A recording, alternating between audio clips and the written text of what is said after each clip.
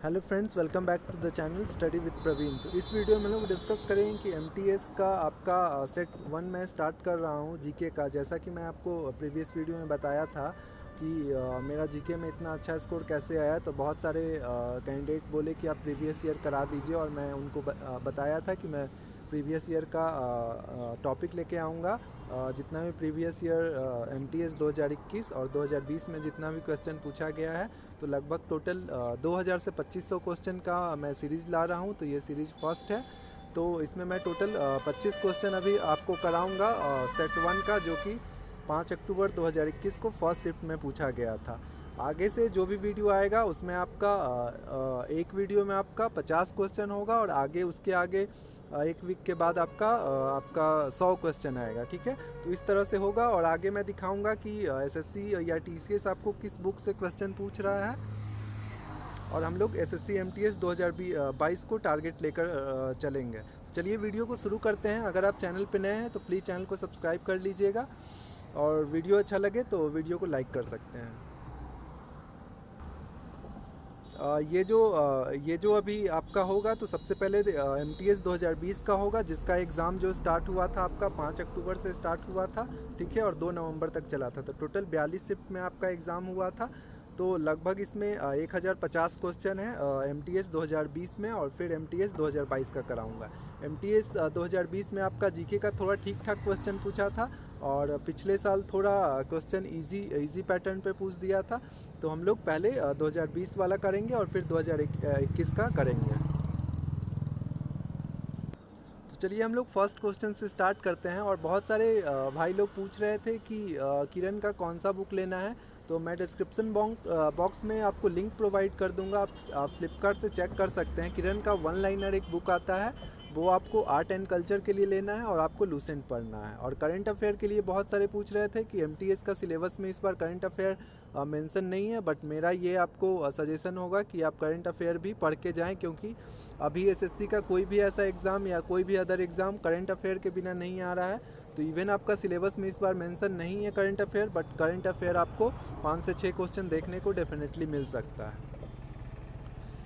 तो पहला क्वेश्चन आपका इस प्रकार था आपका इसमें फर्स्ट क्वेश्चन था कि कंपनी अधिनियम 2013 के अनुसार किसी कंपनी द्वारा घोषित लाभांश यदि घोषणा की तारीख से कितने दिनों के भीतर भुगतान या दावा नहीं किया गया, तो उसे अप्रदत्त लाभांश खाते में अतिरिक्त करना होगा। तो देखिए, अगर आपको इंग्लिश में भी अगर वीडियो चाहिए, क्योंकि जनरली इंग्लिश के बहुत कम कैंडिडेट होते हैं, और हिंदी में ज़्यादा कैंडिडेट होते हैं। तो बहुत सारा कैंडिडेट का डिमांड था आपका कि हिंदी में प्रोवाइड कीजिए, तो मैं आपको अभी हिंदी में प्रोवाइड कर रहा हूँ। आगे अगर किसी को ज़रूरत होगा तो मैं इंग्लिश में प्रोवाइड कर दूँगा। वैसे अगर आप पूछे कि मैं कौन से लैंग्वेज में जीके या अदर सेक्शन का मतलब टॉपिक अटेम्प्ट करता हूँ, तो आपका इंग्लिश लैंग्वेज हो जाएगा। तो मेरा हिंदी पढ़ने का थोड़ा आप ये देख सकते हैं कि पढ़ने का थोड़ा कम हैबिट है, इसलिए थोड़ा कहीं पढ़ने में थोड़ा मिस्टेक हो सकता है, तो उसको आप इग्नोर कर सकते हैं। तो पहला क्वेश्चन आपका इस प्रकार था कि 2013 का कंपनी एक्ट के द्वारा पूछ रहा था। तो इसका जो करेक्ट आंसर होगा वो 30 डेज़ होगा। तो देखिए, मैं आपको प्रीवियस वीडियो में ऑलरेडी बताया था कि कुछ क्वेश्चन आपका होगा जो बहुत पीछे से पूछा जाएगा। ये भी आपका जो कंपनी अधिनियम 2013 के बारे में पूछ रहा है, तो इसमें आप कुछ नहीं कर सकते हैं। आपको ये क्वेश्चन शायद ही कोई बुक में मिले। ठीक है, तो आप इसको याद कर लेंगे।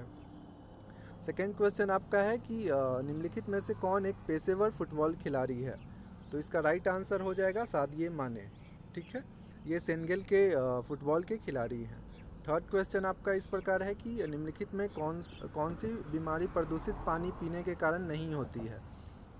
तो ये आपका, जैसा कि आपको पता है कि नहीं होती है बोल रहा है, तो ये आपका रेबीज़ आपको पता है कि ये डॉग के काटने से होता है। तो ये आंसर आपका एक हो जाएगा। नेक्स्ट क्वेश्चन है कि माता पिता और वरिष्ठ नागरिकों के भरण पोषण और कल्याण विधेयक 2007 द्वारा निर्धारित बच्चों की ओर से माता पिता का देय मतलब मासिक कितना होना चाहिए कि भरण पोषण राशि को माता पिता और वरिष्ठ नागरिकों का भरण पोषण और कल्याण विधेयक 2019 के द्वारा हटा दिया गया। तो इसमें बेसिकली आपसे पूछा जा रहा था कि कितना अमाउंट दिया जाता था, तो इसका आंसर आपका थर्ड ऑप्शन हो जाएगा 10,000। नेक्स्ट आपका फिफ्थ क्वेश्चन है कि अंग्रेज़ों ने नवाब के कुशासन, ठीक है, तो नवाब के कुशासन के बहाने निम्नलिखित में से किस रियासत पे कब्जा कर लिया था, तो इसका आंसर आपका अवध होगा।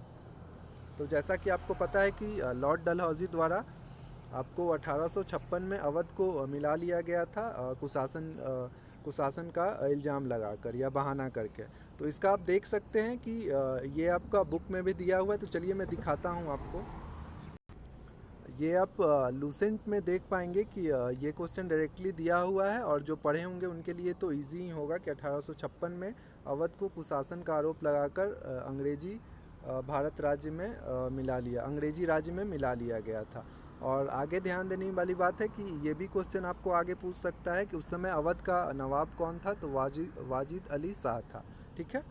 आगे अगर हम लोग देखें इसमें फैक्ट है तो 18वीं शताब्दी में अवध राज्य का संस्थापक सआदत खां था। तो आपको दो चीज़ें यहाँ से पता चल गया होगा कि अवध राज्य का संस्थापक कौन था आपका, तो सआदत खां था। और सेकंड पता चला कि अवध को जब कुशासन के आरोप से अंग्रेजी राज्य में मिलाया गया था, उस समय आपका नवाब कौन था, तो वाजिद अली शाह था। नेक्स्ट आपका क्वेश्चन है कि 6 नंबर क्वेश्चन कि पश्चिम बंगाल में बक्सा बाघ संरक्षण क्षेत्र है जहां मतलब किस चीज़ से खतरा है, तो आपका थर्ड ऑप्शन हो जाएगा डोलोमाइट। तो साथ साथ आप जैसे मैं आप क्वेश्चन पढ़ता हूं तो आप वीडियो को पॉज करके आप आंसर करने का कोशिश करिए, उसके बाद जो मैं आपको आंसर बताता हूं वो मैच करिएगा और देखिएगा कि आपका कितना सही हो रहा है। अगर जिस टॉपिक में आपको गलत ज़्यादा हो रहा है, हिस्ट्री, पॉलिटी, ज्योग्राफी या करेंट अफेयर या जो भी टॉपिक है, तो उसको आप जाके पढ़िएगा। नेक्स्ट क्वेश्चन आपका है कि वह भारतीय खिलाड़ी कौन सा है जिसने टेस्ट ओपनर के रूप में अपने फर्स्ट मैच में ही लगातार 2 शतक मारा है, तो ये आपका फर्स्ट ऑप्शन हो जाएगा रोहित शर्मा। नेक्स्ट आपका क्वेश्चन है कि निम्नलिखित में से कौन सी अवधारणाएं बताती है कि सतत विकास की प्रगति की धाराओं के लिए एक समग्र दृष्टिकोण रखना चाहिए और कल्याण के गैर आर्थिक पहलुओं को समान महत्व देना चाहिए, तो इसका आपका हो जाएगा ग्रॉस नेशनल हैप्पीनेस, मतलब सकल राष्ट्रीय खुशहाली।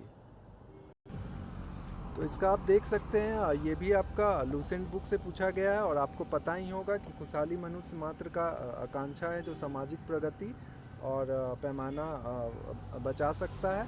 और इसका जो स्थापना हुआ था वो 2012 में हुआ था, और इसका जो 6 आधार है वो आप देख सकते हैं, प्रति व्यक्ति आय या जीडीपी, दूसरा है आपका सामाजिक सहयोग और स्वस्थ जीवन प्रत्याशा, उसके बाद आपका जीवन विकल्पों का चयन का स्वतंत्रता और उदारता और भ्रष्टाचार का बोध।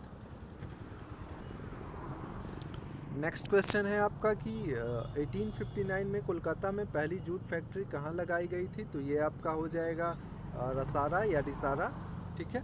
तो ये भी आप लूसेंट में देख सकते हैं, या आपको किरण में भी मिल जाएगा या क्राउन में भी मिल जाएगा। ये आप यहाँ पे देख सकते हैं कि आपका जूट इंडस्ट्री से रिलेटेड है कि आपको जूट को गोल्डन फाइबर भी कहा जाता है या सोने का रेशा कहा जाता है, ठीक है। इसका पहला कारखाना कोलकाता के समीप रिसरा में लगाया गया था 1855 में। तो डेट में थोड़ा इसमें प्रॉब्लम है, बुक में 1855 दिया हुआ है और एसएससी ने 1859 लिखा है, तो डेट उतना नहीं पूछता है, तो उसको इग्नोर करके चलेंगे हम लोग। अगर डेट पूछता है तो आप 1855 ही देखेंगे, क्योंकि आपको क्राउन में मैंने चेक किया तो 1854 लिखा हुआ है, और आपका लूसेंट में आपका 1855 लिखा हुआ है, तो यही दोनों के आसपास कोई ईयर होना चाहिए, तो 1855 एक दो बुक में भी दिया हुआ है, तो यही हम लोग मान के चलेंगे। नेक्स्ट क्वेश्चन आपका 10th क्वेश्चन इस प्रकार है कि निम्नलिखित में से कौन सा कथन गलत है, तो कौन सा इनकरेक्ट है आपका, तो इसमें आप देख सकते हैं कि तीसरा आपका इनकरेक्ट है, शीशा और पारा उष्मा का सर्वश्रेष्ठ सुचालक है, मतलब गुड कंडक्टर है। ये स्टेटमेंट दिया हुआ है जो कि गलत है, क्योंकि आपका जो शीशा है वो इंसुलेटर है, ठीक है, तो ये ऑप्शन आपका गलत है। नेक्स्ट क्वेश्चन आपका 11th क्वेश्चन है कि निम्नलिखित में से कौन सा प्राकृतिक अमल क्षारक संकेतक नहीं है, ठीक है। तो ये आपका अजवाइन का पत्ता हो जाएगा, 4th ऑप्शन। नेक्स्ट क्वेश्चन आपका है कि निम्नलिखित में से कौन सी पुस्तक 1817 में स्कॉटिश अर्थशास्त्री जेम्स मिल के द्वारा लिखा गया है, ठीक है। तो ये आपका हो जाएगा द ग्रेट मैटर्निटी ऑप्शन है। फिर poverty and un British rule in India, तो ये आपका दादा भाई नौरोजी है। पैसेज टू इंडिया आपका फोस्टर के द्वारा लिखा गया है। The history of British India, तो आपका 3rd ऑप्शन करेक्ट हो जाएगा। नेक्स्ट आपका क्वेश्चन है कि 13 नंबर क्वेश्चन, स्वदेशी आंदोलन से प्रेरित होकर खालिस्तान ने भारत माता की अपनी प्रसिद्ध छवि का चित्रण किया, ठीक है। तो पेंटर कौन थे इसमें से, तो आपका हो जाएगा अविंद्रनाथ टैगोर। आगे अगर हम लोग इसमें देखें कि आपका स्वदेशी आंदोलन कब हुआ था, तो 1905 में जब बंगाल विभाजन हुआ था, और उस समय जो गवर्नर थे वो लॉर्ड कर्जन थे, ठीक है। 15 नंबर क्वेश्चन इस प्रकार है कि हाफिज या हाफिज सदी पूछ रहा है कि कौन से सदी के कवि हैं जिसका वो दीवान या दीवाने हाफिज के नाम से एक बुक लिखे थे। तो ये आपका 14th सेंचुरी हो जाएगा।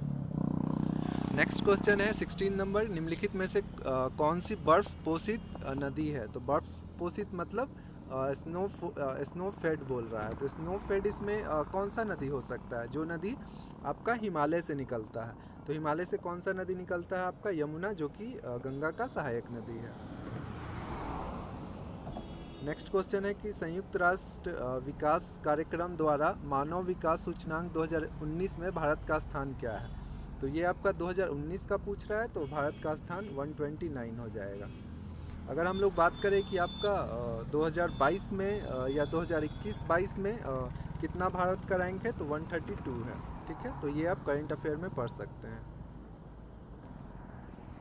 नेक्स्ट क्वेश्चन 18 नंबर क्वेश्चन है आपका कि प्लासी के युद्ध के बाद बंगाल का नवाब किसको बनाया गया था।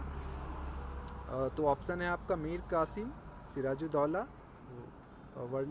अली वर्दी खान और आपका मीर जाफ़र।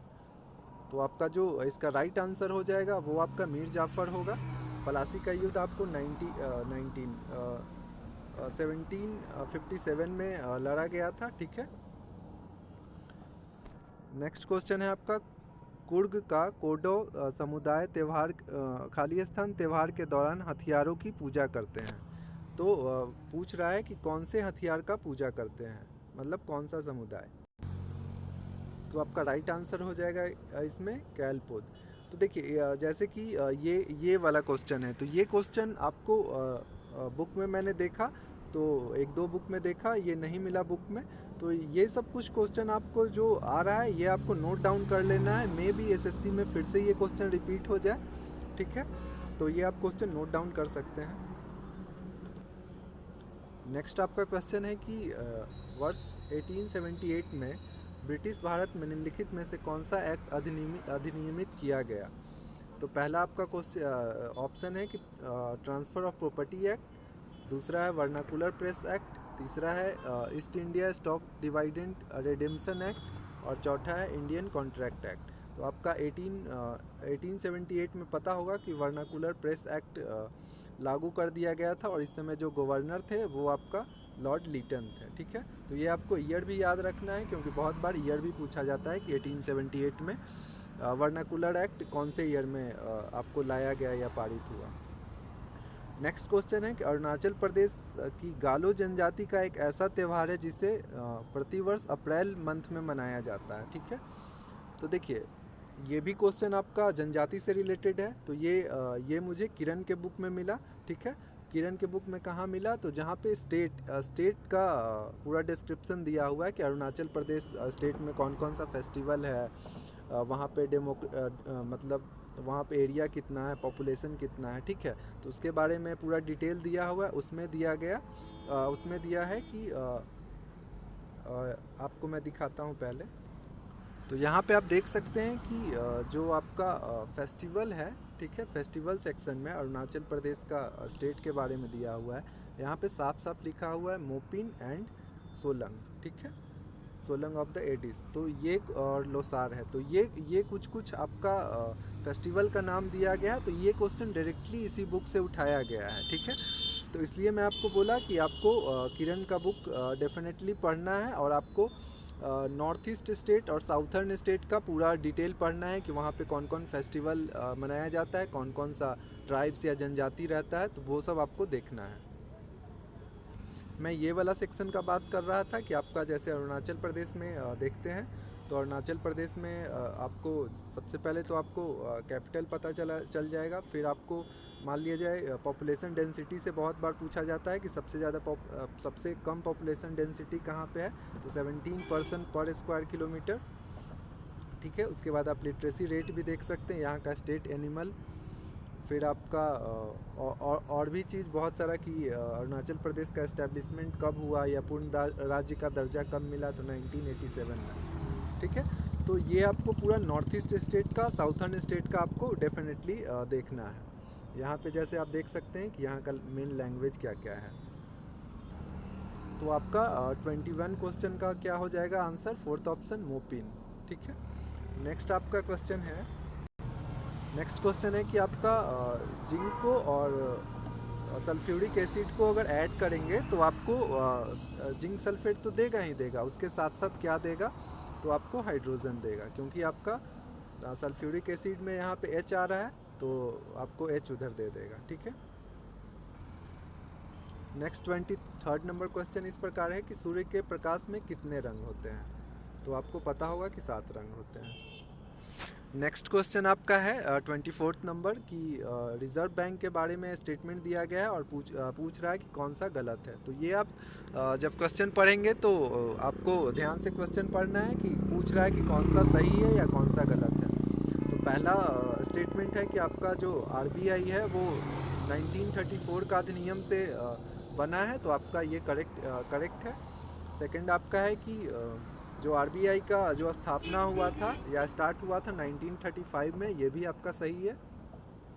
नेक्स्ट आपका है कि 1931 में भारतीय केंद्रीय बैंकिंग जांच समिति ने भारत के लिए केंद्रीय बैंक जैसे रिजर्व बैंक की स्थापना के मुद्दे को भारतीय केंद्रीय बैंक या सेंट्रल बैंक ऑफ इंडिया के रूप में पुनर्जीवित किया, तो ये भी स्टेटमेंट सही है।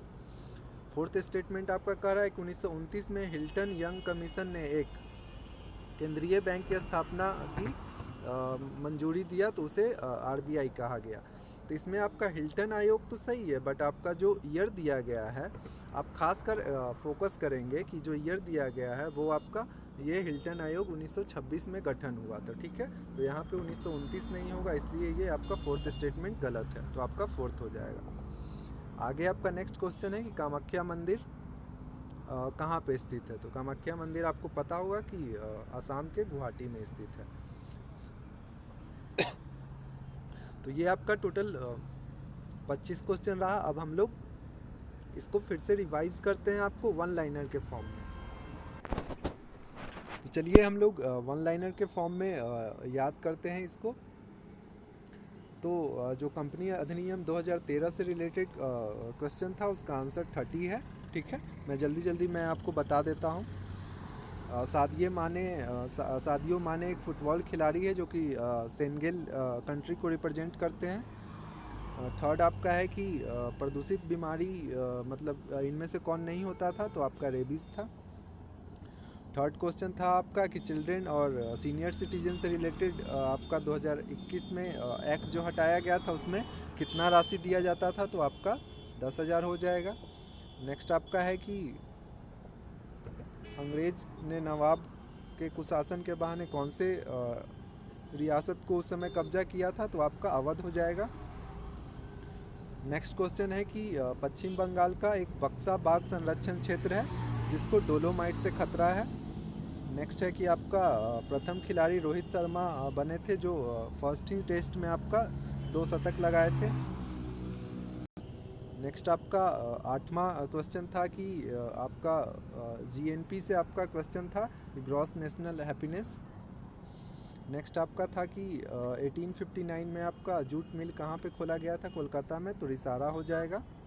और इसमें से आपका एक कथन दिया हुआ था जिसमें बोला गया था कि सीसा और पारा उष्मा के सुचालक है, जो कि स्टेटमेंट गलत था। नेक्स्ट आपका था कि प्राकृतिक अम्ल क्षारक का संकेतक नहीं है, तो अजवाइन का पत्ता हो जाएगा। अरे यार,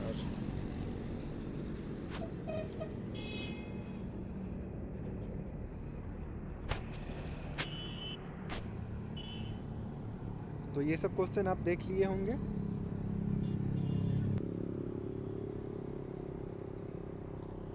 और नेक्स्ट आपका क्वेश्चन था कि आपका पलासी की युद्ध के बाद नवाब कौन बना था, तो आपका मीर जाफ़र हो जाएगा। फिर कुड़ का कोंडव समुदाय, तो ये आपका कैलपोद हो जाएगा। फिर वर्नाकुलर प्रेस एक्ट 1978 हो जाएगा। फिर अरुणाचल प्रदेश का कौन सा जनजाति है, जो मतलब कौन सा फेस्टिवल गोला जनजाति के द्वारा मनाया जाता है, तो मोपिन। फिर इसमें रिएक्शन दिया गया था जिसमें आपका हाइड्रोजन हो जाएगा। सूर्य के प्रकाश में 7 रंग होते हैं।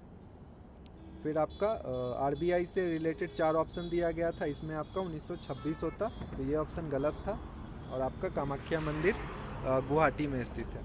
तो इस प्रकार आपने देखा कि क्वेश्चन कहाँ कहाँ से पूछा गया था, और फर्स्ट शिफ्ट का मैंने क्वेश्चन करा दिया है, ठीक है। आगे मैं 50 क्वेश्चन का सीरीज़ लाऊंगा। आप कमेंट बॉक्स में लिखिएगा कि आपको हिंदी में चाहिए या इंग्लिश में चाहिए, ठीक है। तो मैं दोनों लैंग्वेज में करा दूंगा। वैसे मैं इंग्लिश में कराने में ज़्यादा कंफर्टेबल हूँ, इसलिए अगर आप बोलेंगे तो मैं पहले इंग्लिश में करा दूंगा। बट अगर आपका ये होगा कि हिंदी में ही कराइए, तो मैं हिंदी में ही सारा करा दूंगा और इंग्लिश में भी करा दूंगा। तो पहले मैं हिंदी में करा देता हूँ, फिर इंग्लिश में करा देता हूँ। और जैसा कि मैं आपको बताया कि हिंदी में थोड़ा पढ़ने में मुझे प्रॉब्लम होता है, तो इसके लिए बहुत बहुत सॉरी। और आशा करता हूँ कि आप क्वेश्चन को अच्छे से समझे होंगे, और आप कमेंट बॉक्स में लिख सकते हैं कि आपका कितना सही हुआ। Thank you so much for watching this video and have a nice day. और चैनल को आप प्लीज़ सब्सक्राइब कर सकते हैं।